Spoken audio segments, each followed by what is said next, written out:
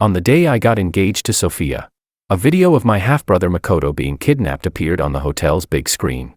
Sophia immediately insisted that I was the one who planned it, and broke off our engagement on the spot. Even Maria, my childhood friend, stood up and accused me. In that moment, I finally woke up. Their hearts had always belonged to Makoto, so I made the resolute decision to let go, and turned around to announce that my fiancée would now be the wealthy circle's princess, Willow. To my surprise, they panicked. They even knelt in front of me, begging me to reconsider. Chapter 1. As the sole heir of a top-tier wealthy family, I became the laughingstock of the entire city on the day of my wife's selection banquet. One moment, I was about to choose Sophia, the woman I had admired for years, as my wife. The next moment, the video of my half-brother Makoto being kidnapped and assaulted 3 months ago appeared on the hotel's big screen. Sophia's eyes darkened with suspicion as she forcefully pried my wrist away and said, "To stop me from being with Makoto, you even resorted to such despicable means. George, I swear that I will never marry you, even if I stay single for the rest of my life." Even Maria, who had always been gentle, was enraged. "George, if anything happens to Makoto, I will never forgive you."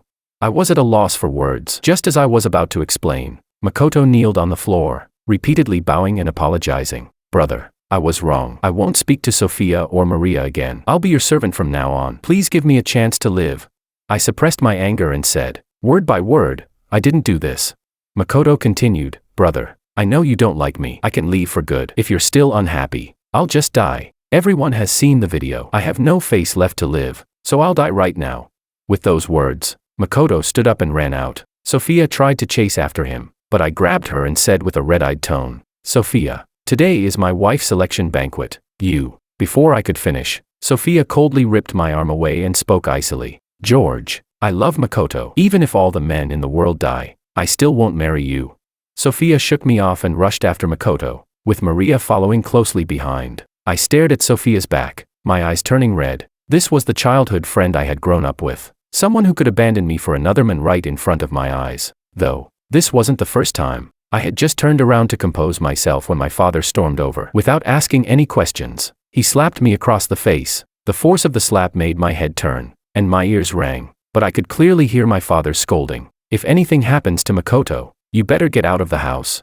My father's gaze was filled with deep hatred. My face burned with shame, my expression shattered, yet I still carried a faint air of someone with authority. "Dad, you're just a live-in son-in-law. I am the heir to the Wong family. No one can kick me out unless I allow it." My father's ancestors were from the countryside. If it weren't for marrying my mother, who was from a prestigious family, he would have had nothing today. But my mother died giving birth to me, and just a month later, my father remarried and had Makoto. My father's face became stiff and ugly, a mix of red and green, and he sneered, "Very well, you're just like your dead grandfather. I can't stand you."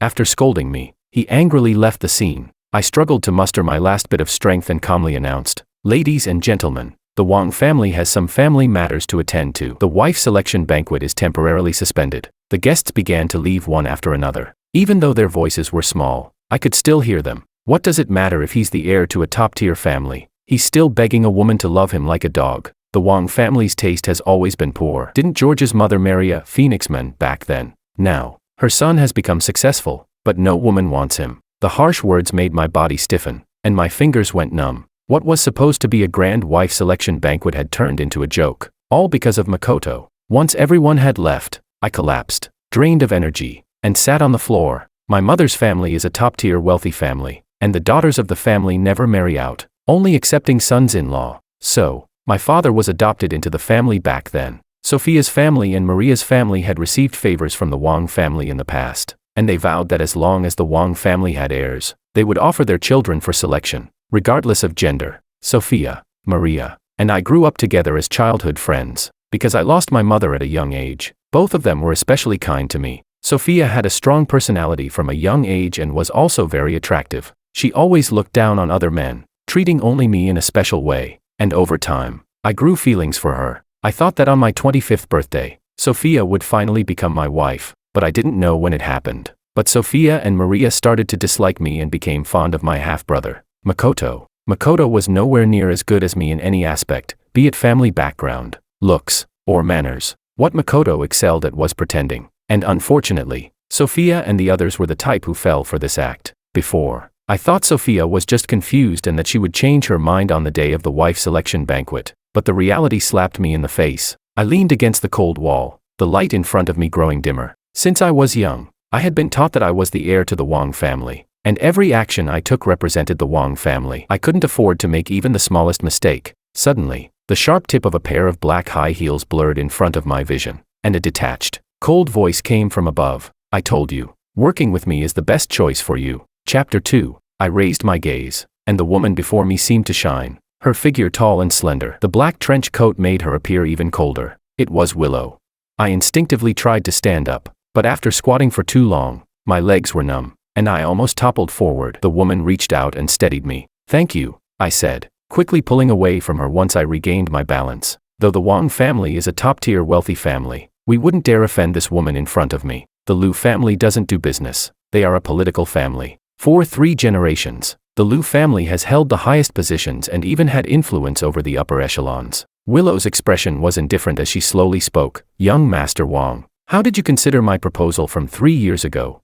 3 years ago, Willow approached me and suggested that we could form a marriage alliance. Willow and I grew up together. Our grandfathers knew each other, but Willow was the type who never showed any mercy. When I fell into a pond as a child, she watched me nearly drown without lifting a finger. It was Sophia who eventually found someone to rescue me. Thinking back to Willow's behavior, I still feel a deep hatred for her. If I really married her, both I and the Wang group would be completely devoured. At the time, I rejected her offer, partly because I had a backup plan. Now, however, my last backup plan had abandoned me. Although I am the eldest son of the Wang family, to truly inherit the Wang group, I must marry to acquire shares. If it were any ordinary person, my father would certainly do everything he could to block it. But if it's Willow, he doesn't have the ability to stop it. Willow's long eyelashes gave off a sense of coldness as she spoke with the demeanor of someone in power. "George, I don't have much patience." The next moment, I looked at her seriously and said, "I agree, but I have one condition. You must help me take back the Wang family's assets." Willow raised an eyebrow, seemingly disinterested, and replied, "Agreed. After the marriage, you need to bring all of the Wang family's assets." This was Willow's condition. My face turned pale, and I gritted my teeth. "Willow, you're taking advantage of the situation." Willow smiled faintly, striking her lighter and lighting a cigarette, before casually saying, "If you don't want to, then we won't get married." The world says Willow is aloof and independent, but I'm the only one who knows how ruthless she truly is. Fine, I agree. Even if those assets end up in the Liu family, it's still community property between husband and wife. It's better than letting those worthless people in the Wang family get it. In the end, Willow escorted me back to the Wang family. As soon as I stepped through the door, the people in the living room glared at me with hatred. These should have been the people closest to me, yet now they had turned into enemies. I sneered in my heart and walked directly toward the stairs. Seeing this, my father's expression turned dark. He grabbed the teacup in front of him and threw it at me. I skillfully dodged. I had been through this scene too many times. Every time Makoto was unhappy, he would take it out on me. I once asked him why. When both of us were his sons, my father said, "Because your surname is Wang, and Makoto's surname is Ito." Since he was adopted, people only called him Pablo Wang, and even to this day, many people don't know that his real surname is Ito. From that moment on, I realized how much he despised the Wang family, yet couldn't let go of the Wang family's wealth and glory. My father angrily scolded, "George, come here and apologize to your brother." Sophia's coat was draped over Makoto's shoulders. The look she gave him was warm, while the one she gave me was filled with disgust. "George, Makoto nearly committed suicide because of you. Don't you feel any guilt at all?" I straightened my back and scoffed. "I didn't do it, so why should I feel guilty?" The video of Makoto being humiliated was deleted by him. I didn't have it. How could I have posted it? Rather than doubting me, "You should ask him." At these words, Sophia and Maria's expressions shifted slightly. In the next moment, Makoto's eyes immediately turned red. "Brother, how can you lie? I was going to delete the videos, but you snatched the original ones from me." I stood up and retorted, "Oh, if I really took them, why didn't you say anything back then?" Makoto lowered his gaze, crying softly, "Because you threatened me. You said if I told anyone, you'd kick me out, saying this was the Wang family, and I have the Ito surname, and even Dad would have to bow to you." With just a few words, Makoto turned me into the scapegoat. My father was enraged and didn't give me a chance to explain. He immediately ordered the bodyguards to drag me to the ancestral hall. In the ancestral hall, I was forced to kneel. Father said, "You're the heir to the Wang family, but I'm still your father. Don't think that just because you haven't inherited the Wang group, or even if you do, You can stand up in this family. If I tell you to kneel, you kneel. I failed your deceased mother, but today I'll teach you how to be a good son. Give him the cane punishment. Beat him until he admits his mistake. The Wang family is an old family with a history of over 100 years, still keeping the caning punishment from the last century, although it hasn't been used in decades. I was pinned to the long bench, and even at this moment, I didn't beg for mercy. Pablo Ito. If anything happens to me today, my uncles and elders in the Wang family won't let you off. My father turned a deaf ear to it, and Makoto hypocritically persuaded from the side, Dad, why don't we just let it go? Sophia and Maria spoke from the side, Makoto, he's gone too far this time. He definitely needs to be taught a lesson. Makoto looked heartbroken, but when no one was watching, he gave me a mocking smile. My mouth was stuffed with a cloth by the bodyguards, unable to say a word. Sophia, why don't you do it? I'm afraid these bodyguards will be too harsh. You're one of us, and you won't really harm your brother's life. Chapter 3. Sophia furrowed her brow and glanced at the iron rod in the bodyguard's hand. With 50 strikes, I wouldn't die, but I would be left maimed. Although she didn't like George, we had grown up together, and she couldn't just watch him die. She said, fine, I'll do it myself. My pupils constricted, my eyes full of disbelief. This was the woman I had loved for over a decade. She was actually going to strike me herself. Sophia took the iron rod and swung it. The first blow landed heavily on my body, and I groaned in pain. Then came the second strike, the third. With each blow, I reminded myself that this was the consequence of loving the wrong person. By the 20th strike, my lower back was bleeding. My forehead was drenched in cold sweat, and veins were visibly bulging. Sophia finally seemed to hesitate, and said to my father, Uncle Wang, that's more than 20 strikes. What if he realizes his mistake? Makoto rushed forward. I'll go talk to him. Makoto crouched down in front of me and pulled the cloth off my mouth. Brother, do you realize your mistake? If you admit it, I'll plead with Dad. My consciousness was growing hazy, but I still had some rationality left. In a faint voice, I replied, I did nothing wrong. I wouldn't admit to something I didn't do. But Makoto twisted my words and passed them on as, Brother said I'm a disgrace. Those few words made everyone around us angry, especially Sophia. She became even more ruthless, putting all her strength into every strike, venting her anger for Makoto. My white shirt was soaked with blood, and I couldn't hold on any longer. Eventually, I passed out completely. When I woke up again, I was in a room. By my side, the housekeeper, Lisa, was crying. She had cared for me since childhood and was the only one in this house who treated me well. Since my back was covered with wounds, I could only lie on my stomach. Even a slight movement caused the wounds to tear open again. I couldn't hold back the pain and groaned. And Lisa's eyes turned red from the heartache. A tiger won't eat its own child. You're Mr. Wang's biological son. How could he treat you like this? And that's Sophia. Even her father treats you with respect. How could she dare to do this to you? Lisa had always treated me like her own son, and seeing me being so mistreated broke her heart. Lisa, it's fine. This beating has cleared up the father-son relationship between us. From now on, whatever I do, I won't have any burden. Though my back hurt so much it felt like my bones were being crushed, I still gathered my strength to comfort Lisa. Even if this happened again, the result would be the same. No one would believe me or stand by my side. Just as I was speaking, the door opened, and Maria entered. Maria had come in to bring me medicine. George, take this medicine. It will help prevent infection in your wounds. I know you don't like the taste of medicine, so I brought you some candies. They're your favorite flavors. I froze for a few seconds. I had been weak and sickly since childhood and had always been treated like a medicine jar, but I hated the bitterness of medicine and often refused to take it. So, Maria had always prepared candies for me whenever I had to take medicine. Since Makoto's intrusion, Maria had not taken care of me like this in a long time. However, the tiny bit of warmth I felt from her care was completely destroyed by what she said next. George, if you really have to choose between us, pick me. I know Makoto doesn't like me. He likes Sophia, and Sophia likes Makoto. I'm willing to let them be together. George, for the sake of us growing up together, let Sophia go. She doesn't like you, and forcing her to marry you won't bring her happiness, right? If you insist on being with Sophia, none of us will be happy. So, you need to be reasonable and not interfere with their love. As long as you can let them be together, you'll still be our good little brother. We'll spoil you just like we did when we were kids. Maria's every word felt like sharp knives stabbing into my heart. Although I had already decided not to be with Sophia, I couldn't help but ask, what if I insist on choosing her? Suddenly, Maria's expression changed. George, if you really want to destroy their relationship, I will stop you in my own way. Whether we can maintain our bond after that, I can't say for sure. Maria was threatening me. After saying this, Maria put down the medicine and coldly left the room. On the bed, a bitter smile appeared on my face. When we were younger, It was Sophia who first confessed that she liked me and wanted to marry me. I took it seriously. Now, I had become the third party.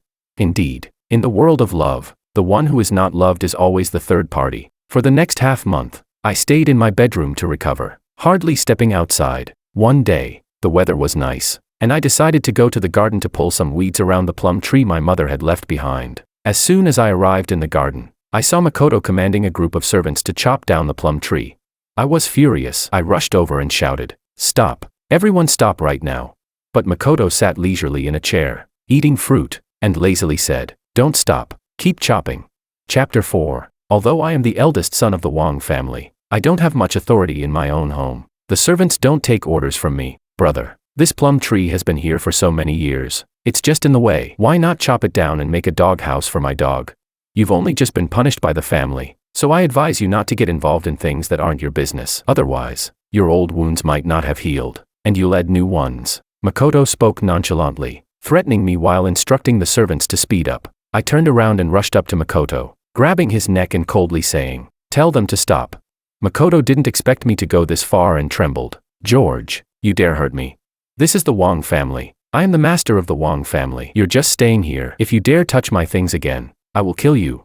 Makoto was about to lash out, but his gaze caught Sophia and Maria entering from the door. "Brother, I'm sorry. Please don't kill me, I beg you." Makoto's sudden shift in attitude confused me. Before I could react, Sophia rushed from behind and pushed me away. I lost my balance and fell, crashing into the edge of the table, causing the scabbed wounds on my back to tear open again. "Makoto, are you all right?" Sophia looked him over, only relaxing when she heard him say he was fine. Sophia focused on caring for Makoto, while Maria turned to reprimand me. "George, why do you always have to target Makoto? I remember I warned you last time." For the first time, Maria, who was always known for her gentleness, showed anger. I coldly stared at them. Was it that no matter what happened, they would never ask for the truth and always assume it was my fault? He had people chop down the plum tree my mother left behind. He deserves it. My mother was my sore spot, and that was something everyone knew. Sophia gave Makoto a complicated look. "Sophia, Maria, I didn't mean to chop down Aunt Wang's tree. I've recently found a lot of stray dogs, but my brother doesn't like small pets, so I had no choice but to keep them outside. That's why I wanted to chop down the plum tree to give the stray dogs a home. And I noticed this plum tree has been getting more and more withered in recent years, so I was afraid it wouldn't survive much longer. Sophia, tell me, which is more important, a dead tree or the lives of a group of stray dogs?"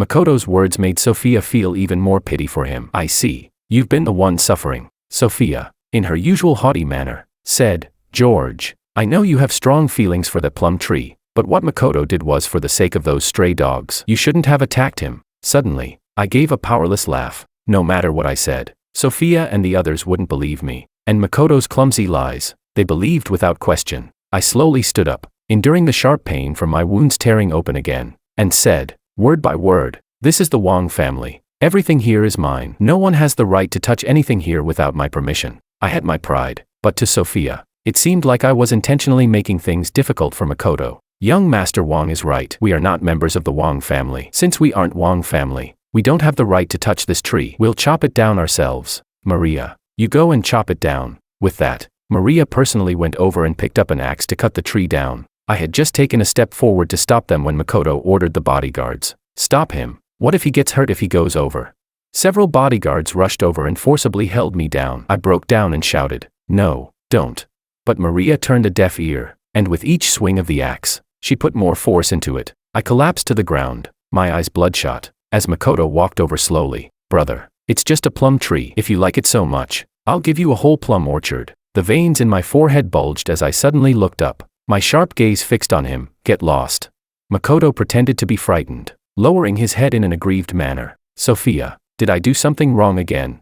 Sophia's gaze toward me became even more filled with disgust. She spoke coldly, "George, don't be ungrateful." It wasn't until the plum tree was chopped down that Sophia finally left with Makoto. I was released, and I collapsed next to the fallen tree, laughing bitterly. "Mom, I'm so useless. I couldn't even protect the one thing you loved most." It was the peak of summer, and I had been outside the entire afternoon without a drop of water. It wasn't until evening that Lisa could no longer bear to see me and begged me to come inside. As I passed the living room on my way in, I suddenly stopped in my tracks. "Sophia, did we go too far this afternoon?" That tree was the only memento Aunt Wang left for him. Sophia's eyes flickered. 7 years ago, I almost drowned, and it was Makoto who saved me. Anything he wants, I will give it to him. Maria also recalled the past. Back then, I was often bullied by my stepmother. Once, I was locked in a small dark room for 3 days and nights. It was Makoto who, at the risk of being punished, secretly gave me food. Otherwise, I would have died by now. You're right. Whatever Makoto wants,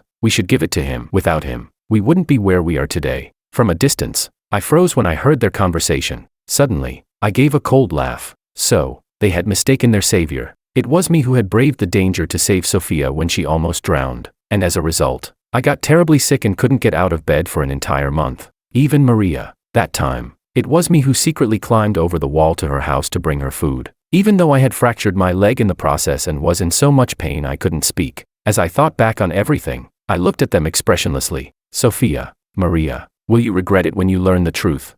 But none of that matters now. Soon, I'll be married to Willow. Chapter 5. The next day, I was woken up by the noise downstairs. I changed into a new set of clothes and went downstairs. It was Sophia's father and Maria's father. When they saw me come down, both of them kicked their respective daughters' knees. Sophia Kim and Maria Lee immediately knelt before them. The first to speak was Mr. Kim. George, your Uncle Lee and I just returned from abroad and found out about the trouble these two girls have caused. So they're here to apologize. Take this rattan, and even if you beat them to death today, we won't say a word. The rattan with barbs was placed into my hands. Mr. Kim and Mr. Lee were both once suitors of my mother, so they were very fond of me as well. Although they were kneeling, their expressions didn't seem to think they had done anything wrong. If you want to hit us, go ahead. Even if you gave me another chance, I would still do the same, Sophia said, sitting up straight and speaking coldly. Maria also mocked. George, you've always been like this, always playing the whistleblower. This really makes you look pathetic. My heart froze with each passing moment. They always did this,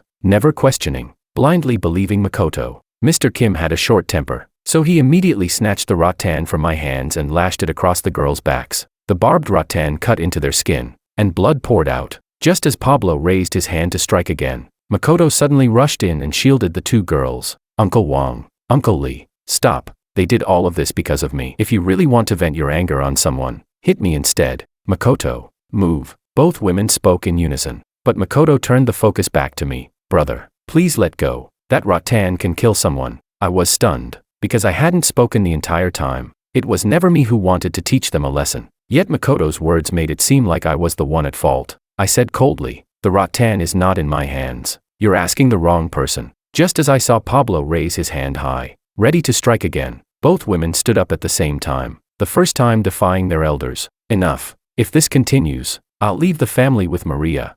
In the end, Sophia shot me a glare, as if to say, this is all because of you. Makoto, let's go with me here. No one can bully you. The two women took Makoto and left the Wang family. I stood there, my body stiff, a cold smile on my face. The two elders were embarrassed, lowering their heads to apologize. George, it's our fault for not properly raising them, making you suffer. But don't worry, at the next wife selection banquet, we won't let them cause any more trouble. It's fine. It's not important anymore. After all, I no longer wanted to marry either of them. Sophia and Maria went out of the province with Makoto for a break, and I didn't see them again for a whole week. One day, I went out to handle some business. As soon as I got out of the car, someone hit me hard from behind with a stick, knocking me unconscious. When I woke up again, I found myself in a cellar. I felt something sticky on the back of my neck, as though something was on me. When I focused, I saw dozens of snakes slithering in front of me, excitedly flicking their tongues. The black ones slowly crawled up my body. I was tied up, unable to move or escape. I held my breath, fear overtaking me, biting my lip as dread spread through my body. I wanted to scream for help, but there was no one around. Suddenly, several snakes crawled into my clothes and bit down sharply. I couldn't hold back anymore and screamed. Just when I was on the verge of dying from the torment, the stone above my head was moved, and a sliver of light shone through. A familiar voice brought me back to some semblance of consciousness for a few seconds. If George hadn't tattled, Makoto wouldn't have been upset for so many days. This is just a little lesson for him. Sophia's voice came from above, sounding lofty and indifferent. Maria added, the snake venom has already been drained. It won't kill him. At least we've paid our dues for the little bit of friendship we had as children. In the cellar, my lips turned purple, my vision grew increasingly blurred, and I gave a desperate smile. This was the childhood friend I had grown up with, and now I had seen her true nature for the first time. Not long after they left, Makoto arrived. His arrogant voice echoed from above. George. Out of the 99 snakes with no venom, I deliberately arranged one with venom. This is your lesson for being ungrateful. Don't worry. If you die, I'll make sure to bury you next to your dead old mother. I didn't have the strength to retort. The venom spread through my body, and I completely lost consciousness. Chapter 6. When I woke up again, I was already in the hospital. As soon as I opened my eyes, I saw Sophia sitting by my side, taking care of me. When she saw me wake up, there was a clear sign of relief on her face. You're awake. The doctor said you were poisoned by the snake, but fortunately, the treatment was timely, and you're fine now. In the past, I always looked at Sophia with a glimmer of hope in my eyes. Now, I looked at her with emptiness and indifference, and quietly said, "Did they find out who did it?" Sophia froze for a moment and quickly changed the subject. "No, you're usually so high profile. You've probably offended quite a few people. Since you're fine, it's better not to make a big deal out of it. In the past, I would have definitely said, no, it must be fully investigated, but this time, I just nodded calmly and softly said, all right." For a brief moment, Sophia felt that George seemed different, but after a second thought, she reasoned that he had just survived a life-threatening situation, so it was understandable that he wasn't in the best mood. The entire day, Sophia and Maria didn't go anywhere and stayed to take care of me. I knew it was out of guilt, until Sophia went out to take a phone call. She rushed back into the room and pulled me out of bed. "Makoto went to kill the snake himself to avenge you, but he got bitten by it. So now he needs a lot of blood. You both have panda blood. Go donate." After hearing Sophia's words, I forcefully pulled my arm away from her and said firmly, "I won't donate." The venomous snakes were arranged by him in the first place, so how could he have been poisoned? At that moment, my father and Maria also arrived, and they both started to pressure me. Father said, "Makoto got hurt because he was trying to save you. You have to donate the blood." Maria also criticized me. "It's just donating some blood. It won't kill you. Can you stop being so dramatic?" The three of them ignored my wishes and forcefully dragged me to the blood donation room. Sophia said expressionlessly, "Doctor, take as much as you need." I stared at them with red eyes and said, "I was also poisoned. If I donate blood to him, I'll be in danger."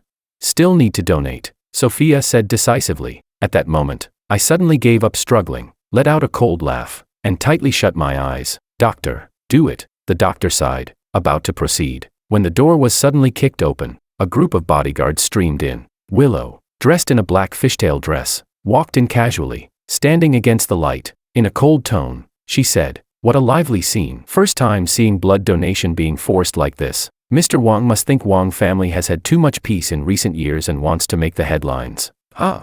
Pablo's face turned pale. Willow shot a glance at the doctor and coldly said, "Want to force a blood draw like this? Looks like you're asking for a prison sentence." The doctor was so frightened that he immediately let go. Willow's father was a powerful figure in City A, and Willow had the final say there. With ruthless methods, Sophia clenched her fist, locking eyes with Willow. "Miss Liu, the second young master of the Wang family urgently needs blood." "What you're doing? Does the urgent need for blood have anything to do with George? If he can't survive without blood, it's just his fate to die." Willow's words were like poison, leaving no mercy for anyone. In the end, I was taken away by Willow. Sophia looked at their backs with a feeling of unease, but when she thought of Makoto, all her thoughts were cast aside. In the hospital room, Willow leaned back in a chair and peeled an orange for herself. She took a bite and smiled. "Not bad. It's sweet. You should have some too." Willow directly placed the orange into my hand. "When I was young, I loved oranges the most, but before, it was always Sophia who peeled them for me, and after that, she only peeled them for Makoto. Thanks for what you did earlier. I just didn't want my fiancée to get forced to death before we even got married. The wife selection banquet in 10 days will have a new name. It'll be called the Alliance Banquet." I agreed immediately. All right. Chapter 7. On the day of the Alliance Banquet, as I was heading downstairs, I ran into Sophia and Maria. Maria said, "George, don't pick Sophia today. Just consider it a personal request from me." Sophia didn't say anything, but her eyes spoke volumes. I stared at both of them, my mind flooded with overlapping memories. When I was young, if I made a mistake, my father would punish me. Back then, they also begged me like this. Now, after all these years, they were still begging. Only this time, they were asking me to give up on Sophia once and for all. Thinking back on everything, I found it utterly mocking. I stared at them seriously and said, "All right, beg me. You didn't succeed in your last attempt to apologize, so now you can make it up. Let this be their revenge for locking me in the cellar." Without a moment's hesitation, the two of them took off their outer jackets and began slapping each other. Blood slowly soaked through their pure white dresses, a horrific sight to behold. Eventually, their faces turned pale, and Sophia struggled to ask, "Are you satisfied now?" I remained silent. Maria confirmed once more. So, you won't pick Sophia at the banquet, right?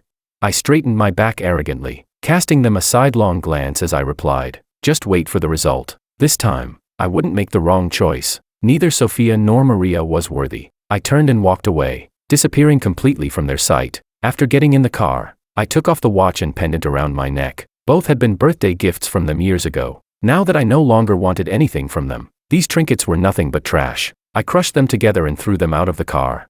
At the largest hotel in City A, the original wife selection banquet was changed to the Alliance banquet. In the audience, guests whispered and mocked me. The Wang family's century-old reputation has been ruined by George Wang. It was supposed to be a wife selection banquet, but it turned into an alliance banquet just so George could play the simp for Sophia. Tisk. Just changing the name doesn't work. Everyone knows Sophia's heart belongs to Makoto, the second young master of the Wang family. George is really pathetic. He's supposed to be the legitimate heir, yet neither the Kim family nor the Lee family wants him. Sophia Kim and Maria Lee exchanged a glance, both filled with anger, especially Sophia, who said, I should have guessed. He's so in love with me. How could he agree not to pick me?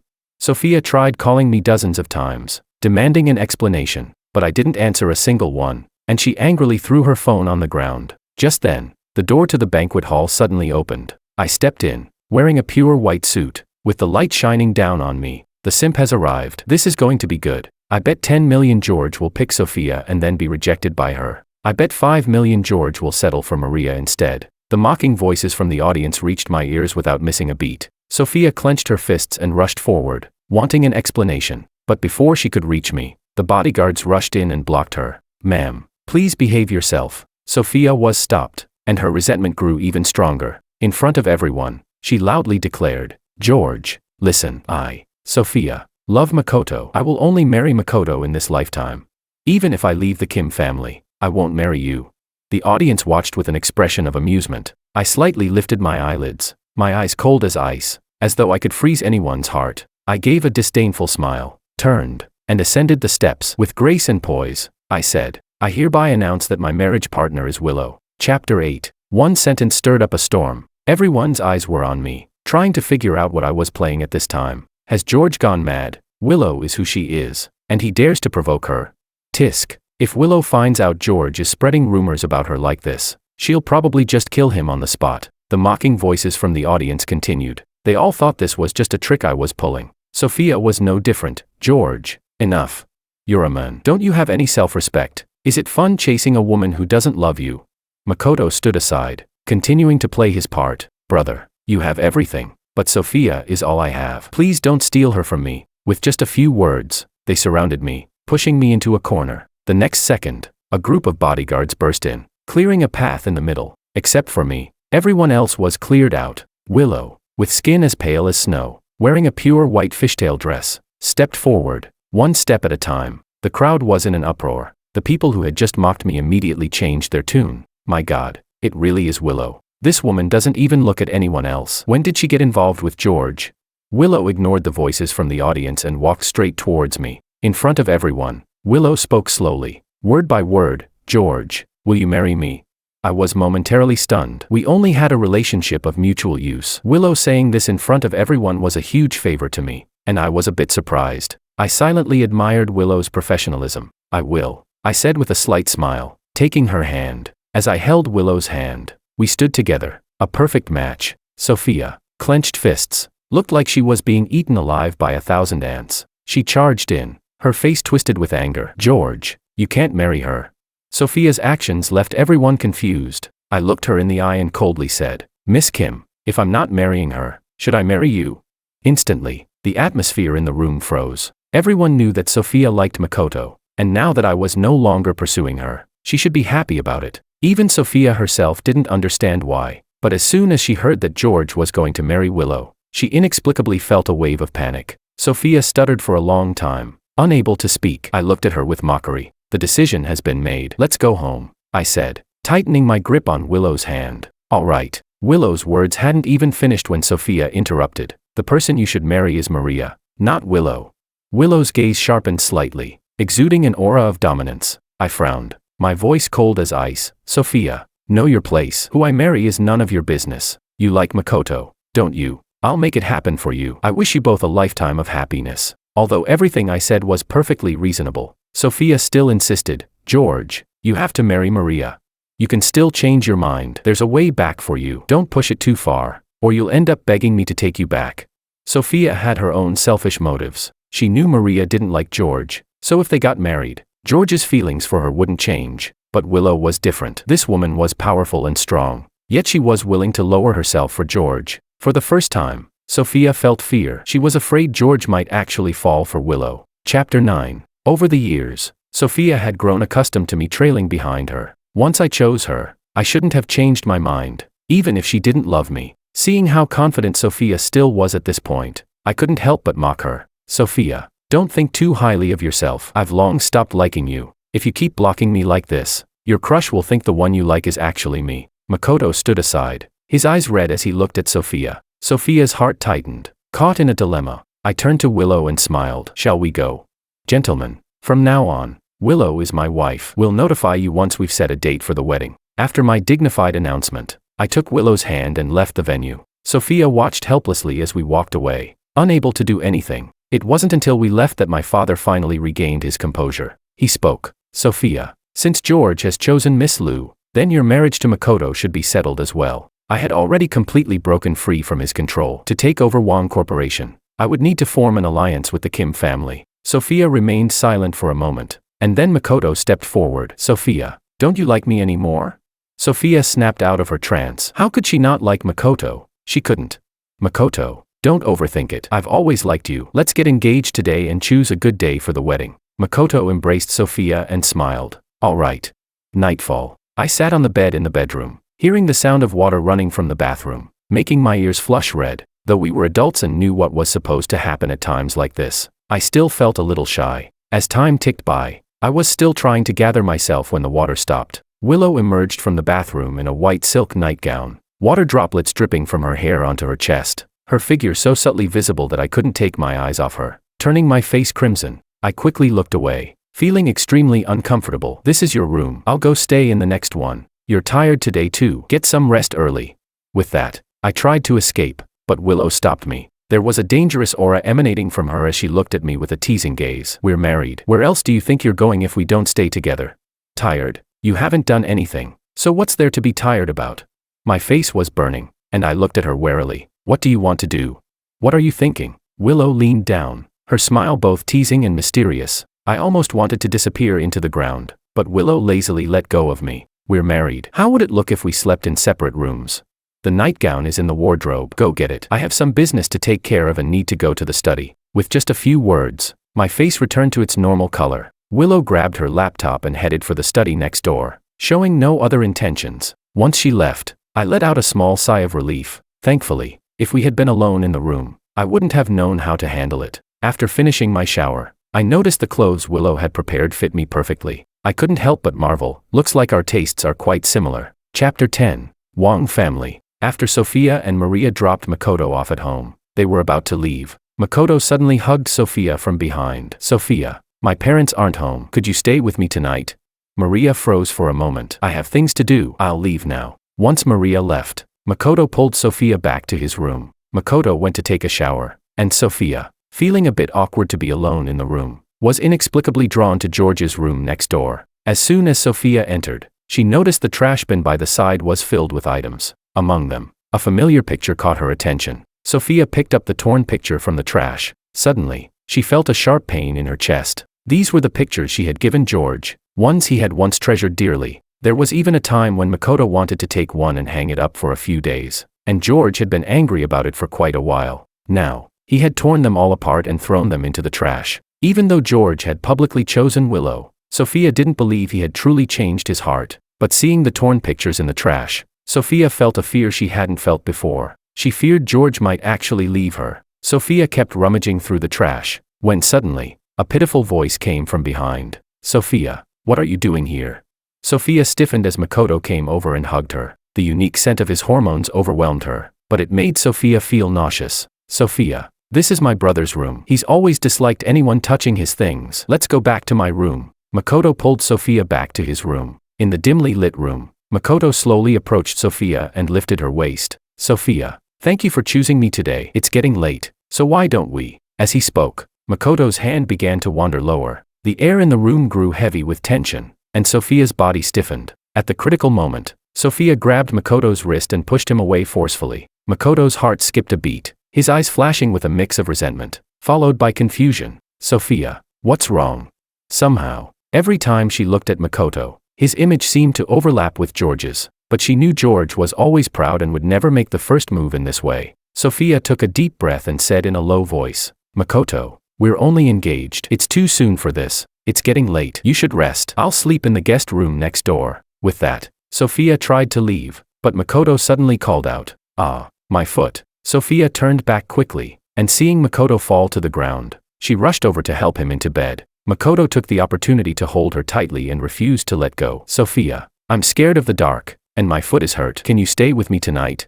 Sophia initially wanted to refuse, but when she saw the pleading look in Makoto's eyes, she couldn't bring herself to say no. All right. Sophia stayed and helped Makoto check his ankle. Suddenly, her eyes darkened. Years ago, Makoto had saved her from drowning. Though she had been unconscious at the time, she clearly remembered that the person who saved her had a deep cut on his ankle and bled a lot. Such a large wound couldn't possibly have healed so well. Seeing that Sophia's expression was off, Makoto asked, Sophia, why are you staring at my foot? Sophia raised her gaze and asked, Makoto, where is the wound on your foot? Chapter 11. Makoto looked confused. A wound? What wound? Why would I have a wound on my leg for no reason?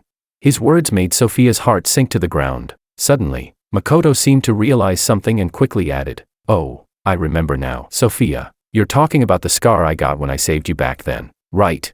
It wouldn't be good to keep a scar, so I went and had it treated with laser therapy. Although Makoto offered a reasonable explanation, Sophia still harbored doubts. Seeing Sophia frowning, Makoto leaned in and smoothed her brow, his voice tinged with hurt. Sophia, you seem different. Do you not like me anymore?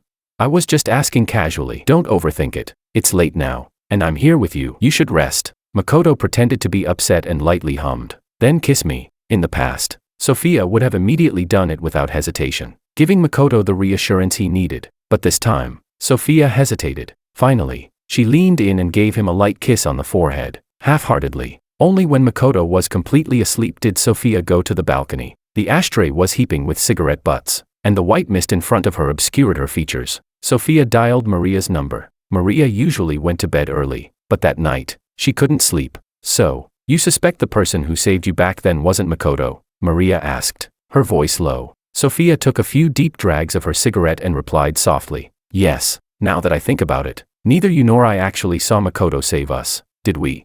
There was a brief silence from Maria's end. Sophia was right, they never actually saw Makoto save them. It was Makoto himself who told them that he had saved them. At the time, they were both puzzled. After all, George had never liked Makoto since childhood, so they tried to avoid him as much as possible. But despite that, Makoto saved them without hesitation, which changed their perception of him. Over time, Makoto would often subtly imply that George was against him and made things difficult for him, which led Sophia and Maria to think that George was purposely targeting him. At first, they tried to help George, but as time passed, they no longer needed Makoto's words. Whenever he was wronged, they automatically assumed it was George's doing. Listening to Sophia, Maria paused for a moment before replying. If it wasn't him who saved us, how would he know?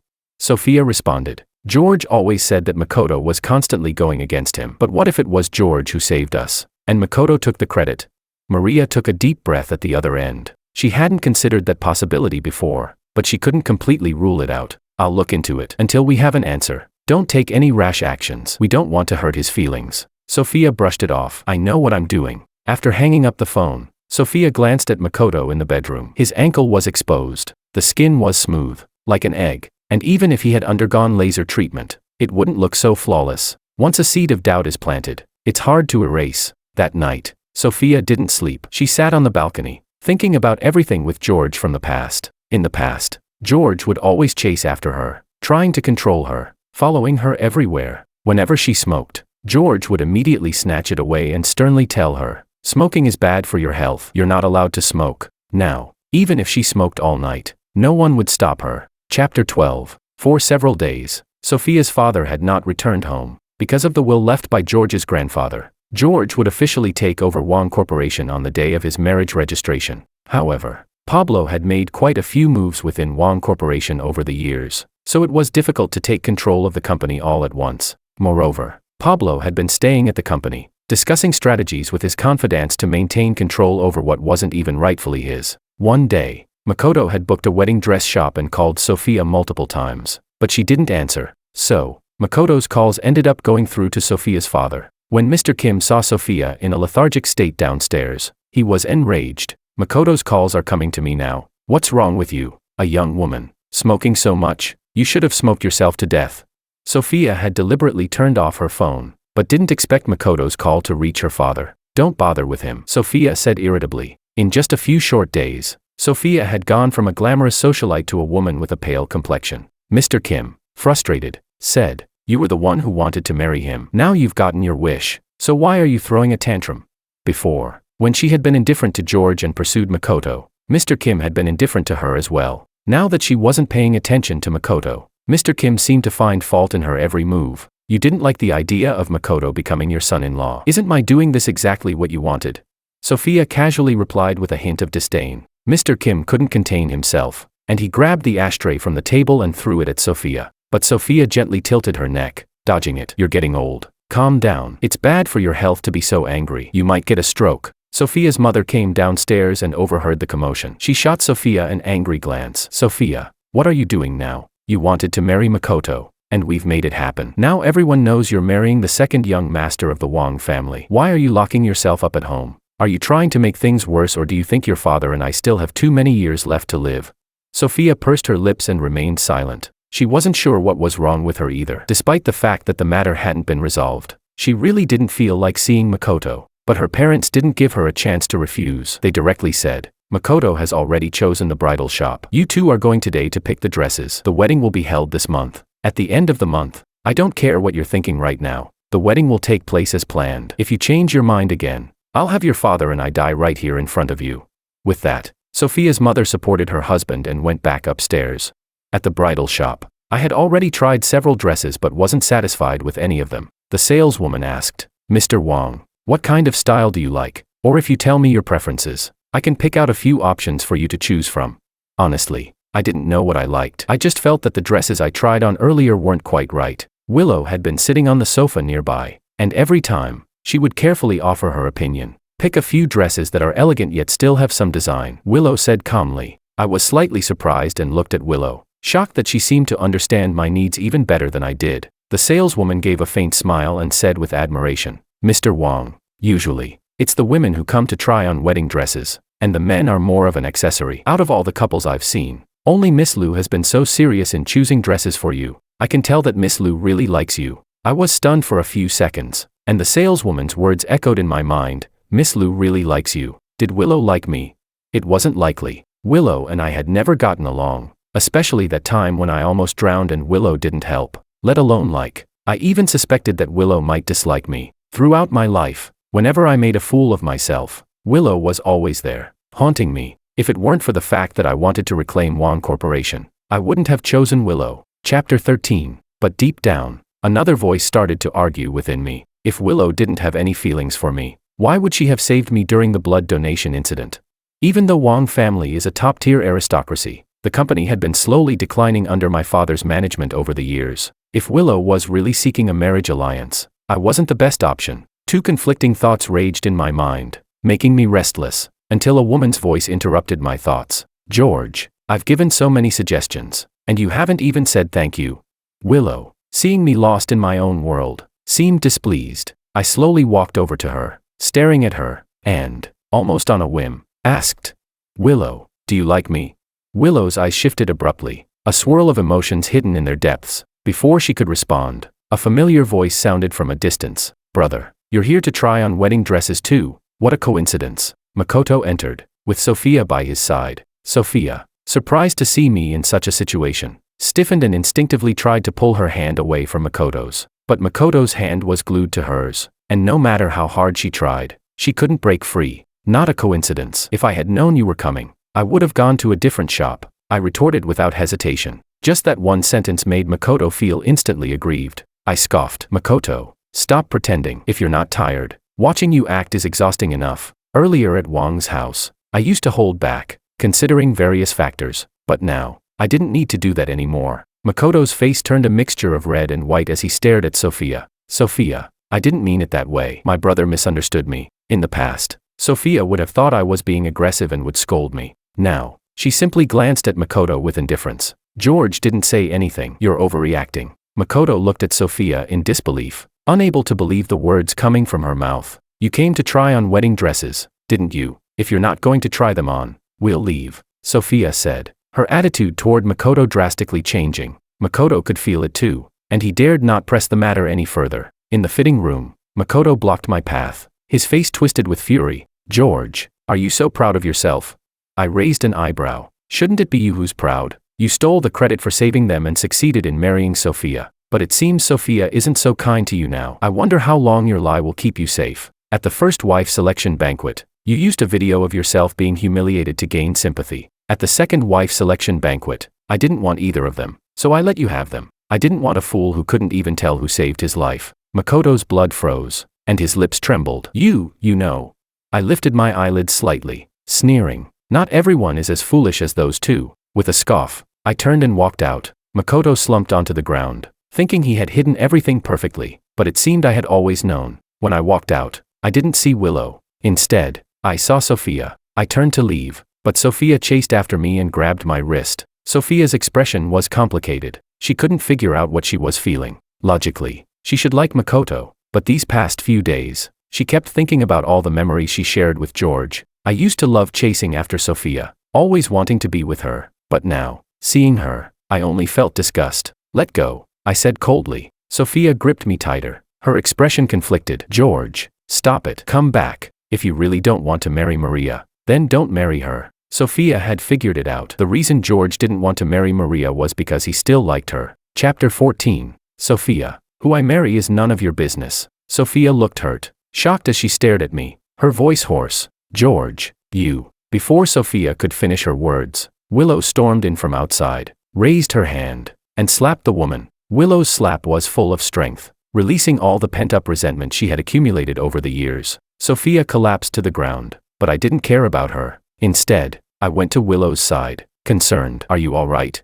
Although it was Sophia who got slapped, my focus was entirely on Willow. I'm fine. I just went out to handle something. Didn't expect that such a person would take advantage of the opportunity. I carefully checked Willow's hand, worried that she might have been hurt. This scene was especially painful for Sophia to watch. The treatment I had once given her was now being given to Willow. If Sophia had thought George was just trying to provoke her before, now she truly saw the reality. She had always thought that no matter what she did, George would always be waiting for her. Now, she realized how wrong she was. Completely wrong. Willow held my hand and looked down at Sophia from above. George is now my husband. If you dare to harass him again, whether it's you or the Kim family, I won't spare you. Willow's words carried absolute authority, her tone leaving no room for doubt. With that, we left the bridal shop. Just as we stepped outside, we bumped into a hurried Maria. Upon seeing me again, Maria's face turned pale. Uncle George. I ignored her, giving her a brief glance before walking away with Willow. As we passed by, I could clearly see the disappointment on Maria's face. Before, even though I didn't have romantic feelings for her, I at least greeted her with a smile. But now, Maria entered the shop and saw Sophia slumped, smoking, her eyes red. Sophia, you really do like George, don't you? Sophia didn't answer, nor did she dare to. Did she like George? Maybe. But George no longer liked her. She had driven away the person who loved her and could never get him back. Makoto hasn't come out yet. You should go be with him. Sophia turned and left. Willow drove me back home. As soon as we entered the house, she pushed me against the wall. Stay away from Sophia from now on. When I'm not around, keep at least 10 meters away from her. Seeing Willow's jealous expression, I smiled and deliberately asked, Willow, do you like me?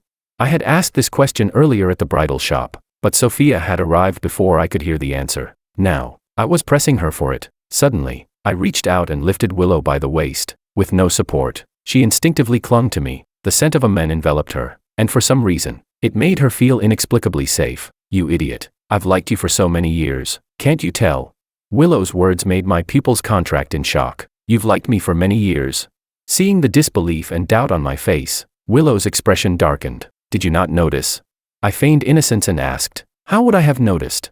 Willow glared at me in frustration, then dragged me all the way back to the bedroom. Once inside, Willow used her foot to close the door and lock it. My heart skipped a beat. The next second, I was pushed onto the bed, though it didn't hurt. The feeling of losing balance made my head spin. Before I could react, Willow leaned down and kissed me. Chapter 15. Willow's kiss was a bit vengeful. She kissed me so roughly that my lips bled. I don't know how long it lasted, but eventually, Willow pulled away, looking like she wasn't even enjoying it. In my memory, Willow was always ruthless, a person with a sharp edge, but she always gave off an air of being indifferent to everything. But now, from just a few moments ago to now, she seemed anything but indifferent. Willow, you. My mind was all over the place, and Sophia's strange words kept echoing in my head. All the events piled together, and the more I thought about it, the worse I felt. Noticing my discomfort, Willow let go of me. What's wrong? If you think it's unfair, kiss me back. Her words made me feel both amused and helpless. Willow, you're still as annoying as when we were kids. Willow huffed, retorting, you're still as unlikable as when we were kids. Willow had a talent for making people want to pull their hair out. I gritted my teeth in frustration. And you have the nerve to bring up the past. When I almost drowned, you were right there and didn't even look at me. Sophia was the one who saved me. And you're calling me dramatic. Willow, with that mouth of yours, it's no wonder no one likes you. The two of us had always been at odds since childhood. Even if we were married, we didn't stop bickering. Willow frowned, unusually explaining, I didn't not save you. I just wanted you to learn how to save yourself. You were in Wang's family, and you didn't even know what kind of situation you were in. Learning to swim would have at least kept you from being set up and drowning. If it weren't for Sophia, you would have drowned right there. She could save you once, but could she save you twice? George, only when you become strong can you truly be strong and stop being bullied. Willow's face showed rare seriousness. I stared at her blankly, my lips parting and closing in confusion. So, you didn't save me back then just so I could learn self-reliance? Willow's expression darkened. What else? So all these years, you've thought I was letting you die? Huh? Back then, you didn't explain anything to me, and we were always at odds. Of course, I misunderstood. Willow let out a bitter laugh. In the military district, all the kids were trained like that. How come it became me not saving you in your case? I lowered my head in guilt, my tone softer. I'm not one of those kids from your military district. We're not the same. So, you liked me all along. Why didn't you say anything? And why were you always against me? I was genuinely confused, but Willow and I always fought when we met. I never saw it as something related to affection. Willow, with her usual pride, scoffed. Back then, your eyes were always on Sophia. You couldn't spare attention for anyone else. As long as it got your attention, any method was fine. I felt like kneeling in front of Willow. Now I understood why Willow had never married all these years. It turns out my method wasn't wrong. Now you're marrying me, aren't you? Chapter 16. I was speechless. I stared at Willow seriously and said, that's not how you chase someone. Doing it the way you have will only backfire. Loving someone can be about expressing your feelings directly, or it can be about quietly guarding them, but it should never be about constantly opposing them. Willow, you don't understand love, but it's okay. We have many years ahead of us. I can teach you. With that, I pulled Willow into my arms and gently kissed her forehead. Before, it had always been Willow taking the lead, but this time, it was me. She smiled faintly and deepened the kiss. At 1 a.m., Kim family residence. So, the person who saved us back then was really George? Sophia clutched the documents Maria had found, her grip tight. Maria's expression mirrored Sophia's, grim and troubled. The time is too long ago, and the surveillance footage is no longer available. But I found witnesses from that time, and their descriptions match George. Suddenly, Sophia's eyes welled up with tears, and she scoffed. The person who saved us was George, but all these years, we hurt him again and again for that bastard Makoto. I'm such a fool. Sophia raised her hand and slapped herself hard, about to do it again when Maria stopped her. Self-blame won't help now. We should think about how to make things right. I can see it clearly. George really doesn't like us anymore. Do we still have a chance to win him back? And your wedding to Makoto is set for the end of this month. The Kim family invitations have already been sent out. Do you think Kim family will allow you to call off the wedding? Every word Maria spoke felt like a sharp knife, stabbing at Sophia's heart. Not fatal, but painful enough to kill her. Sophia's gaze deepened, her voice tinged with a hint of obsession. Since it started wrong, it should end right. George can only be mine. Recently, the biggest news in City A was the weddings of the Liu and Kim families. Coincidentally, both weddings were on the same day, and in the same hotel, Wang family villa. Makoto was uneasy when he saw that his wedding and George's were on the same day. Dad, May 28th is not a good date. Let's move it forward a bit. Pablo, who had always given Makoto whatever he wanted, suddenly lashed out at him. What's wrong with it? You should be happy you're marrying Sophia. What else do you want? Do you know that Sophia doesn't actually want to marry you? If I hadn't used the Kim family's business deals as leverage, who knows who her groom would have been? You should be grateful you even got chosen." Makoto's face turned red from the scolding, his voice trembling as he muttered, "Dad, it's all George's fault. He must be behind all of this." Before, Pablo would have blamed George a little, but now, he only scolded Makoto. "Enough. If you're so useless, don't blame others. Bottom line, no matter what method you use, you must keep Sophia. If you get abandoned by her, don't come crying to me, because I won't recognize you as my son." The alliance with the Kim family was crucial for Pablo. With their help, he could still fight Willow, but without Kim family support, Wong Corporation would lose its place entirely. The more Pablo looked at Makoto, the angrier he got. How could his two sons be so different? After Pablo left, Makoto, in a fit of rage, smashed everything in the living room. The servants, seeing this, retreated a few steps, too afraid to step forward. Makoto, with a twisted face, screamed, "George, why are you always haunting me? Why do you have to fight me at every turn?" Chapter 17. The day before the wedding, Willow had arranged everything for the wedding, and I didn't have to worry about a thing. At the Liu family, not only did Willow treat me exceptionally well, but even the people in her family showed me great respect. No matter what happened, big or small, they always asked for my opinion first. With Willow, I felt completely valued. Tomorrow, Sophia and Makoto are also getting married, just next door. If you don't like it, I'll buy the whole hotel and make sure they're kicked out. I couldn't help but chuckle. Although your family is in business, money isn't meant to be wasted like that. They can have their wedding, and we'll have ours. We don't need to bother with them. Willow raised an eyebrow. "You really don't care at all?" I stared at her, narrowing my eyes slightly. "Willow, we're getting married tomorrow. Are you still worried that there's another woman in my heart? Do you not trust yourself? Or do you think I, George, am the type of man who can't settle down?" Usually so decisive, Willow suddenly seemed so vulnerable. Her eyes revealed a rare sincerity. "I'm afraid this is all just a dream. George, if I had never had you, I could control myself. But now that I've had you, I can't let you go." Seeing Willow so insecure, I smiled. "Unless you cheat, I won't leave you." In the Wong family, there's only widowhood, no divorce. In the afternoon, I was called back to the Wong family. Since I had already registered my marriage with Willow, legally I was now entitled to the company shares. However, these past few days had been so busy, and with my father stubbornly resisting, the process was delayed. At noon, my father called and told me to come sign the contract and complete the handover. Willow had planned to accompany me, but my father specifically asked not to see her, so I went alone. Considering the fierce methods my father had used against Willow these past few days, I understood why he didn't want her there. Wong family villa. Pablo was sitting with a lawyer, and 2 copies of the agreement were on the table. I walked in and went straight to the point. "We don't need to catch up. Let's just sign the contract." Pablo's face darkened with discomfort as he frowned. "George, we're father and son. Why make it so ugly?" "Father and son? Did you ever treat me like your son?" "Makoto is more like your son than I am. You forget. It was you who said it yourself. Makoto's last name is Ito, and mine is Wong." I sneered. His face darkened instantly, and he suppressed his anger, trying to reason with me. "George, you're still young and don't understand many things. Who is Willow? Can she truly love you? She only wants to use you. Once Wong Corporation is in your hands, it will become your joint marital property, and you won't be able to outplay her. I know there have been misunderstandings between us, but father and son don't hold grudges forever. Everything I have will eventually be yours. Why are you in such a hurry?" Pablo's speech only amused me, and I mockingly stared at him. "Pablo, I once thought you were a bad husband and father, but now I see you're even more shameless than I imagined. Wong Corporation has the Wong surname. The only reason it's been under your control these years is because I wasn't married. How did it become yours? And don't forget what you promised when you married Mom, no matter what. Even if Mom passed first, you would never remarry. But what did you do? In the 2nd month after Mom passed, you were already eager to elevate your mistress and call her your wife, all while pretending it was to look after me. Talking about the past made me feel disgusted. Don't forget who the real owner of this place is. If it weren't for the faint blood ties, I wouldn't even let you live in this villa."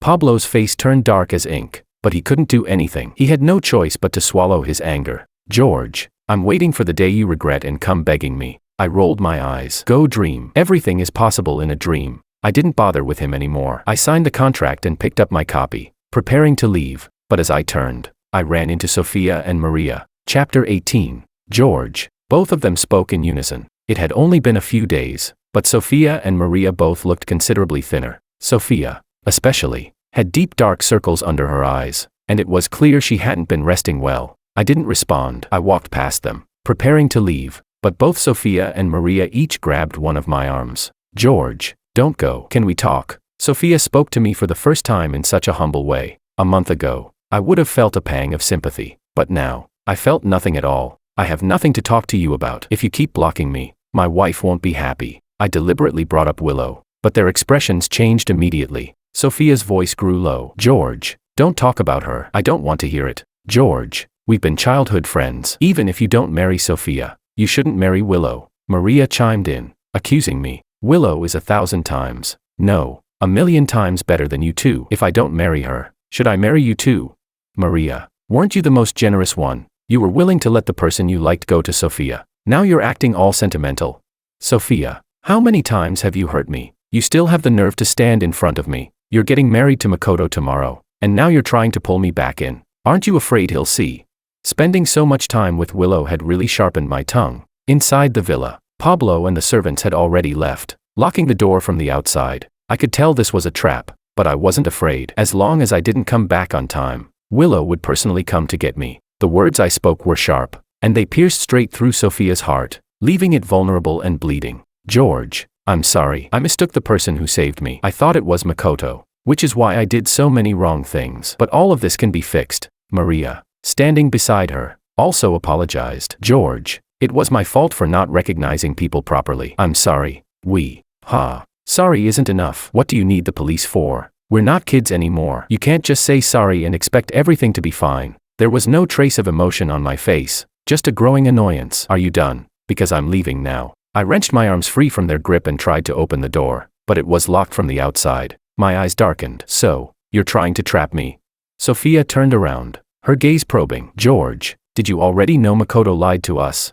My calm response just now made Sophia question everything. Seeing that I couldn't leave, I turned and sat back down on the couch, glancing at her indifferently. Yes, both women's faces showed disbelief and anger. If you knew, why didn't you tell us back then? Sophia's fists were clenched tight. Maria didn't speak, but her questioning eyes said everything. You can't even recognize the person who saved your life. That's your problem, your own stupidity. And you both trusted Makoto so much. Even if I told you the truth, would you believe it? I chuckled lightly. Maybe you'd even turn things around and say I stole his credit. Their footsteps grew heavy, and their nails dug deeply into their palms. The taste of blood filled the air. Yes, it was their own fault for being deceived by Makoto. Spinning in circles, they had no right to ask for forgiveness. I didn't feel a sense of revenge when I saw their pain. I felt nothing at all. Perhaps I really had let go. So whether or not they knew the truth no longer mattered to me. I glanced at the time. I didn't want to waste any more time here. Standing up, I said coldly, if you two are here to apologize, I've heard it, but I don't forgive you. Willow will be worried if I don't go back this late. If you don't want her to retaliate, you'd better get me home quickly. Even in this moment, I wasn't the slightest bit afraid. Sophia had imagined many scenarios, but this one was something she hadn't considered. It was the one she couldn't accept. She became a bit obsessive, quickly walking up to me and grabbing my arm with a tight grip. George, there's still a way back. Tomorrow, the groom's spot is yours. We'll still fulfill our childhood promise and get married. Please, will you? Chapter 19. I've done many foolish things in the past, but I can change. We're still young, and everything is still possible. I tried to shake off the woman's hand, but Sophia was determined not to let go, so I didn't force it. I raised my other hand and slapped Sophia hard across the face. A clear palm print appeared on her face, and I said emotionlessly, are you calm now? Sophia, you're not a child anymore. As an adult, you should take responsibility for your actions. If you've done something wrong, you should own up to it. The way you're clinging on like this just makes me feel utterly disgusted. In the past, I wouldn't have been able to say anything harsh to Sophia. Now, I was deliberately choosing to say words that would hurt her the most. Sophia's grip grew weaker. I pushed her away without hesitation, and just as I was about to leave, Maria blocked my path again. George, if Sophia is no good, what about me? Maria rarely acted this proactively, and for her to say something like this was already a big step for her, but I didn't hold back, replying, Maria, I've never seen you as a woman in my eyes. I've always treated you like my sister, although you don't talk much. You always quietly do everything right. You're perfect. Except for one thing, you're blind. Maria's back visibly bent, and her clenched fists slowly tightened. I took a few steps forward, facing away from them. Sophia, tomorrow's your wedding with Makoto. Isn't this what you've always wanted? I wish you both a lifetime of happiness, growing old together. Maria, I also wish that you, as the flower guardian, can protect their love for a lifetime. It sounded like the most sincere blessing, but to them, it felt particularly sharp. This was the price of choosing the wrong person, failing to see clearly. I was about to walk out when Willow suddenly came in, bursting through the door. She looked up and locked eyes with me. "Are you hurt?" Willow inspected me, worried that I might have been wronged. I smiled and shook my head. "You came at just the right time." "I'm fine. Let's go." I reached for Willow's hand to leave, but she hesitated and said, "You go wait outside for me. I need to talk to them for a moment." Though Willow didn't say it directly, I could pretty much guess what was going on. I stepped outside and waited for about 10 minutes. When Willow came out, her previously gloomy face instantly softened when she saw me. "It's all done. Let's go." Willow's white dress had some blood stains on it. There had been quite a commotion inside, and I knew it was Willow teaching them a lesson. People in a city often said Willow was a lady of high status, elegant and polite, but only I knew how wild this girl was behind closed doors. Fighting was something she didn't shy away from. I took her hand, our fingers tightly interlaced. I lowered my gaze to her hand, which was reddened, and asked, "Does it hurt?" Inside, Sophia and Maria had just come out, both looking a little worse for wear, especially Sophia, whose face looked like a pig's head, but I didn't even spare them a glance. Willow caught sight of them out of the corner of her eye and purposely said, "It hurts. Can you blow on it for me?" I had long seen through the woman's thoughts. I sighed helplessly in my heart, gently holding her hand and blowing on it. This scene stabbed Sophia's eyes. Even though Willow's actions inside had been harsh, it was nothing compared to the pain she felt at this moment. "George, do you really think Willow is such a good person? I've investigated her. She's been secretly learning everything about you for years. She's like a rat in the sewer, always spying on you. Are you not afraid to marry someone like her?" Sophia shouted desperately, holding back tears, but the corners of her eyes were reddened beyond recognition. Willow's body stiffened noticeably, and I stared at her for several seconds. Is what she said true? Chapter 20. Willow was bold and took responsibility for her actions. Yes. Sophia seized the opportunity and pressed on. "George, people like Willow use everyone. She can't have genuine feelings for you. Trust me, come back to me, and be good." Maria interjected. "George, even if you think we're not a good match, Willow is even worse. Willow is full of schemes, and everyone in our circle knows it. It's not too late for you to regret it, even if it means offending the Liu family. Sophia and I will help you."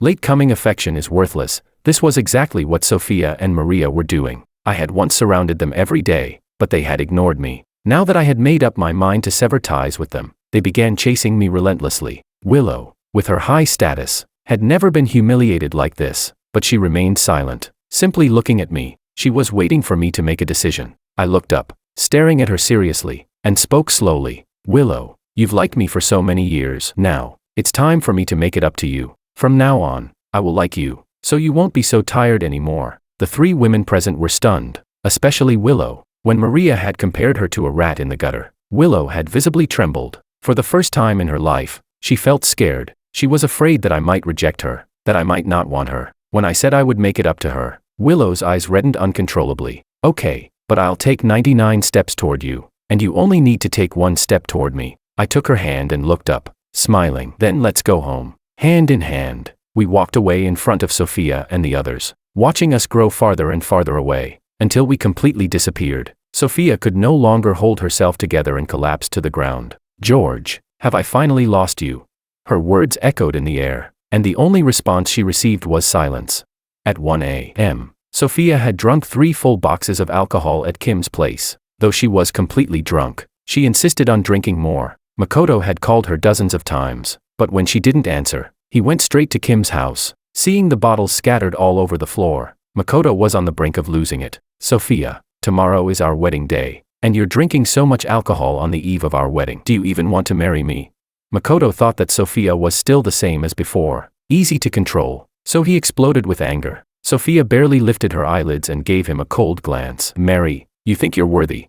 With that one sentence, Makoto's anger flared up, and he snatched the bottle from Sophia's hand, throwing it heavily on the ground. The glass shattered everywhere. "Sophia, what the hell is wrong with you? You're 26 now. Can you be a little more mature?" Suddenly, Sophia's eyes turned dark and terrifying. She sprang to her feet and grabbed the man by the neck. "Acting crazy. Do you want to see this crazy woman kill someone?" Sophia's gaze was chilling, and her voice was icy as she spoke. Makoto was so frightened that his legs went weak, his voice trembling. "White. Sophia, I'm your most beloved Makoto. You promised you would protect me for a lifetime. You." Sophia forcefully threw him off, yelling with all her might, "I loved the wrong person. I never loved you." It was you who stole George's credit for saving me. The one I should have loved all along is him. You're nothing but an imposter.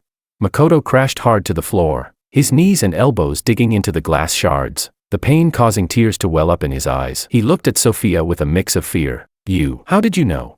Sophia moved forward and grabbed his collar, her eyes filled with fury, as if she were about to strangle him. I not only know that you lied to me, but you also lied to Maria. Makoto, you're the one who made me lose George, and I won't let you off the hook. No one is going to have it easy. Makoto began to regret coming here. He shouldn't have. He struggled to get up, trying to flee, but Sophia grabbed him by the hair from behind, yanked it hard, then let go. Makoto fell back, crashing to the ground, countless glass shards piercing his back, the pain causing tears to stream down his face. You should be punished for what you've done. Ruining someone's relationship. You should pay with your life. Sophia grabbed the man by the hair and dragged him to the backyard. His screams echoed in the air, loud enough to wake the sleeping servants, but they didn't dare intervene. It wasn't clear how long had passed, but Makoto's body was covered in bruises, and his face was badly scratched. Chapter 21. Sophia had blood splattered on her, and she frowned in disgust. Dirty. Makoto curled up on the floor. Even breathing felt painful. Sophia tossed the stick and glass shards onto the ground,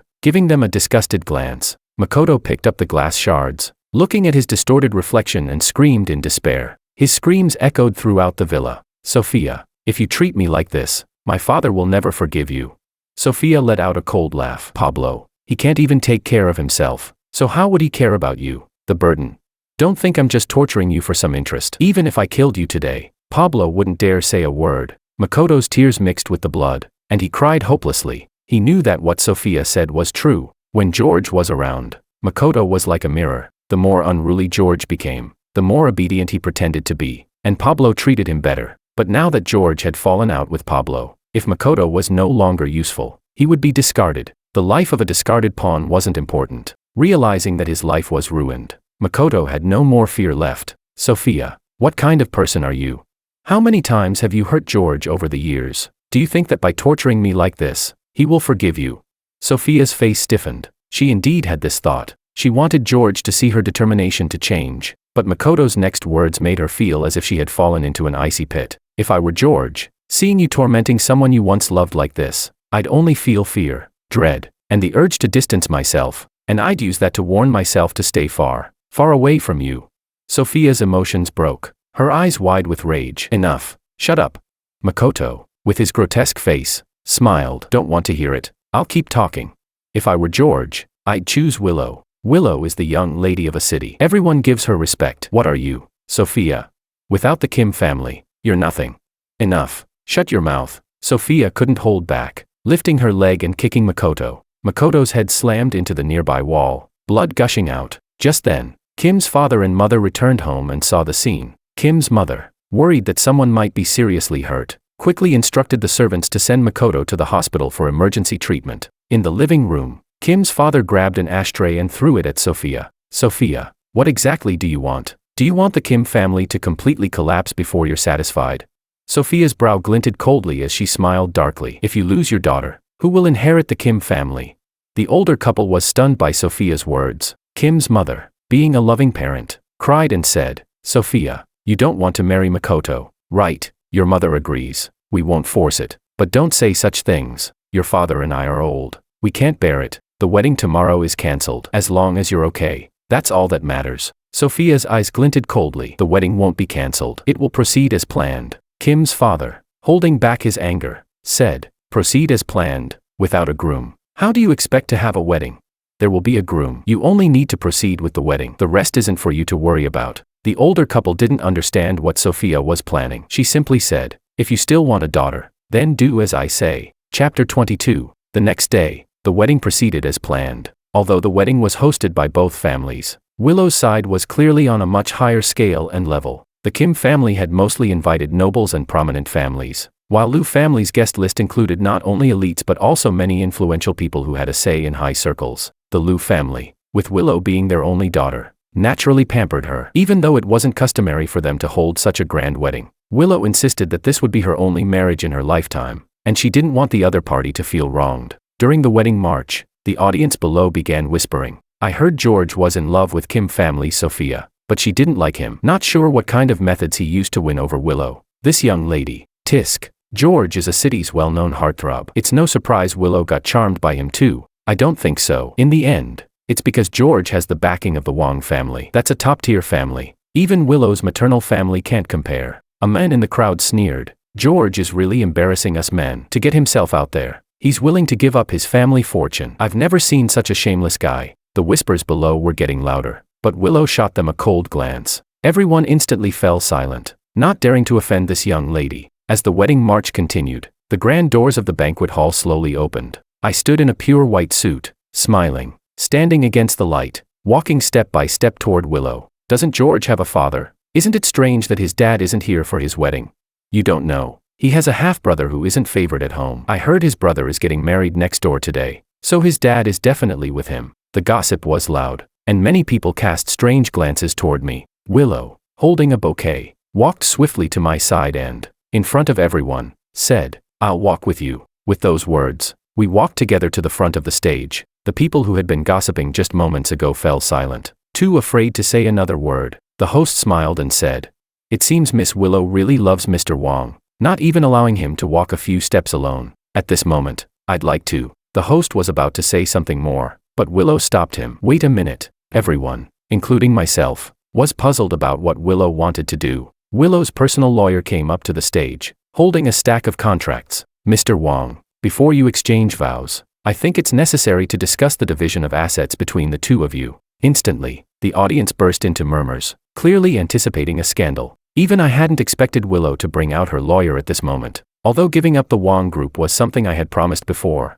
doing so in such a public setting made my expression change subtly. I knew it. There's no way someone like Willow would actually fall for George. Marrying one man, gaining the Wong group, not a bad deal. The mocking voices from the crowd made me feel extremely embarrassed. The Wong family, once the top-tier family in a city, had turned into a massive joke in my hands. But the lawyer's next words slapped everyone in the face. "Mr. Wong, I am Miss Willow's attorney. On the day you two got your marriage license, Miss Willow transferred all of her assets into your name, including the inheritance she received from her mother. But since you didn't know about this, I'd like to take this opportunity to inform everyone here that all of Miss Willow's assets and companies now belong to Mr. George." In an instant, I looked at Willow in disbelief, my eyes turning red. When did you do all of this? Why didn't you ever tell me? And wasn't our agreement supposed to be?" Before I could finish, Willow spoke up. "Now, all my wealth belongs to you. From now on, you'll have to take care of me." A wave of murmurs rippled through the crowd. To think that the young lady of a city's top family, Willow, would give everything she had to someone else who wouldn't find that romantic.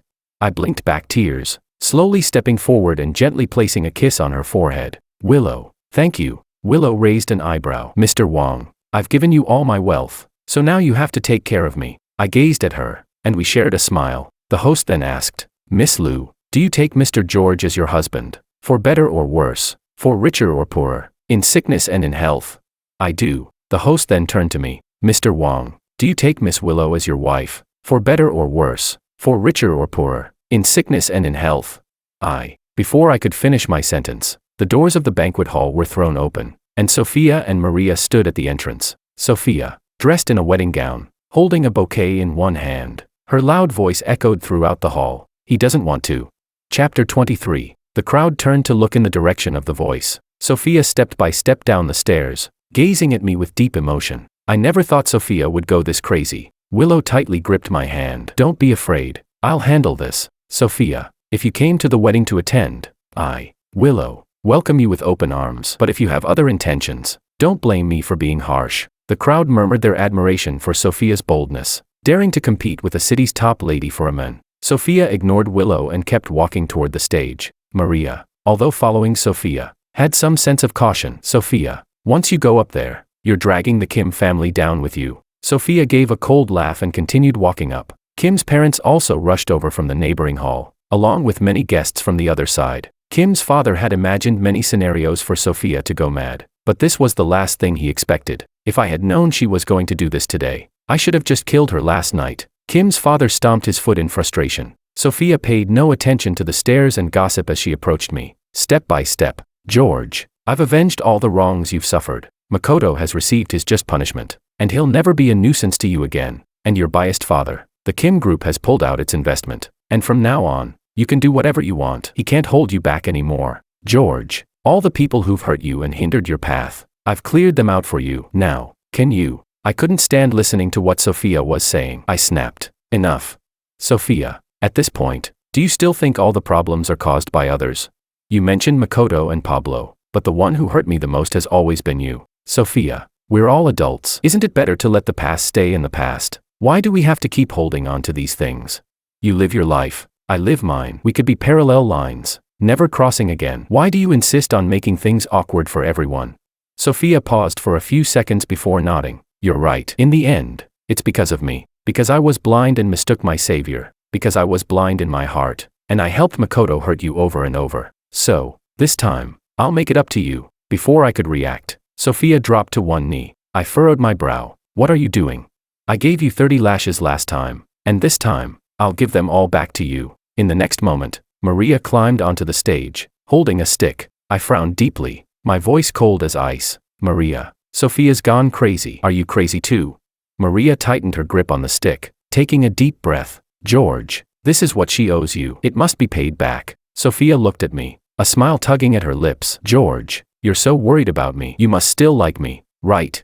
I realized that Sophia had already confined herself to her own world and wasn't listening to anyone. When she saw the unfamiliar look in my eyes, her heart sank. She turned to Maria and said, hit me. 1 strike, 2 strikes, 13 strikes. Maria didn't hold back. Each strike filled with force. Soon, Sophia's back was bleeding. Kim's mother, watching from below, couldn't stop crying. She wanted to intervene but was stopped by Kim's father. Don't interfere. Let her deal with it herself. On stage, Willow and I kept holding hands tightly. Don't look. It's too bloody, I said, covering Willow's eyes. I didn't stop them because I truly felt that Sophia needed to atone. It took a full 60 strikes before Maria stopped. Sophia could no longer hold herself up and nearly collapsed. But fortunately, Maria was there to steady her. George, can you forgive me this time? Chapter 24. The crowd below thought Sophia had completely lost it, making such a scene just to get my forgiveness. Looking at Sophia now, I felt like she was becoming more and more of a stranger. Sophia, if you're hoping to earn my forgiveness, it's not going to happen. But as you said, you've paid your debt to me. So from now on, we have no relationship. Today is my happiest day, and I don't want any disturbances from unrelated people during my wedding with my wife. Sophia, Maria, I don't want to recall the past, nor do I want to argue who's right or wrong. I ask that you both never come near me again. Each of my words was a deliberate effort to sever ties with them and make it clear to everyone that I had no further relationship with Sophia and Maria. Maria had already guessed this outcome. She knew George, his stubborn personality, all the grievances he had suffered over the years, and how impossible it would be for him to forgive easily. This was the best choice. George, I'm sorry. Maria bowed to me. Finally, Maria took Sophia's arm and said, let's go. But Sophia, from somewhere, pulled out a small knife. Willow instinctively pushed me behind her. Be careful. The bodyguards hiding in the shadows immediately rushed up. But to everyone's surprise, Sophia didn't harm me. Instead, she drove the knife into her own chest with a brutal force. Her already pale face turned even weaker. George, if I truly mean nothing to you, then don't save me. Let me die. If you save me, it means you're telling everyone that you still care about me. Sophia's words placed me in an impossible position, trapped with no way out. Willow's eyes narrowed as she was about to speak, but suddenly, a group of police officers burst into the room. They greeted Willow first. Miss Liu, we're here to arrest a murderer. The crowd froze, exchanging uneasy glances, fearing that the murderer might be among them. The police officer continued. Mr. Makoto was sent to the emergency room last night. Unfortunately, he couldn't be saved and passed away an hour ago. Before he died, he confessed that it was Miss Sophia who had tortured and killed him in retaliation. Therefore, we need to take her in for questioning. In the end, Sophia was taken away by the police. Despite the interruption caused by Sophia, the wedding continued without pause, amid the applause and the host's inquiry. Mr. George, do you take Miss Willow as your wife, to have and to hold, for better or worse, until death do you part?